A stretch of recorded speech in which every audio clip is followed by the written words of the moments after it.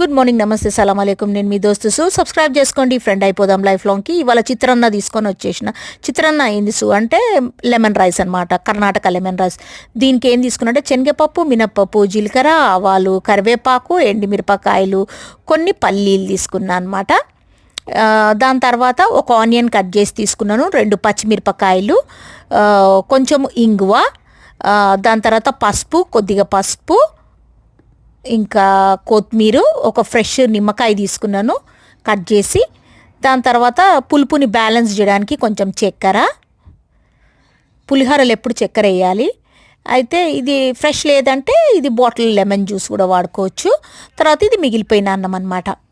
So నూనె వేడి చేసుకొని తాలింపు విత్తనాలన్నీ వేసేసుకొని అవి మంచిగా తాలింపు గింజలన్నీ మంచిగా సాటే అయిన తర్వాత ఆనియన్, పచ్చిమిరపకాయలు, కరివేపాకు వేసేసుకొని దాని తర్వాత పసుపు, చక్కెర, ఉప్పు, ఇంగువ వేసి కలిపేసుకొని ఈ మిగిలిన రైస్ని దాని లోపల వేసి మంచిగా సాటే చేసేసుకొని స్టవ్ బంద్ చేసి నిమ్మకాయ రసం పిండుకోవాలి.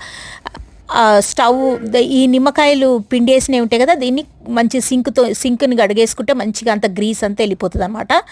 సరే, అయితే నేను బాయిల్డ్ ఎగ్స్తోని చిత్రాన్నము మా పుష్పకి ఇస్తున్నా, ఎందుకంటే ప్రోటీన్ కావాలి కదా, కష్టజీవి కష్టం చేస్తాడు పాపము, అందుకని. సో ఈ కత్తి కూడా బాయిల్డ్ ఎగ్స్ కట్ చేసిన కత్తిని కూడా దాన్ని పెట్టినాను. ఇక మా పుష్ప ఏం చెప్తాడో విందాం. ఇక రండి. బాగుందా? బాగుంది పోరియా. ఓ నమస్తే పుష్ప. నమస్తే.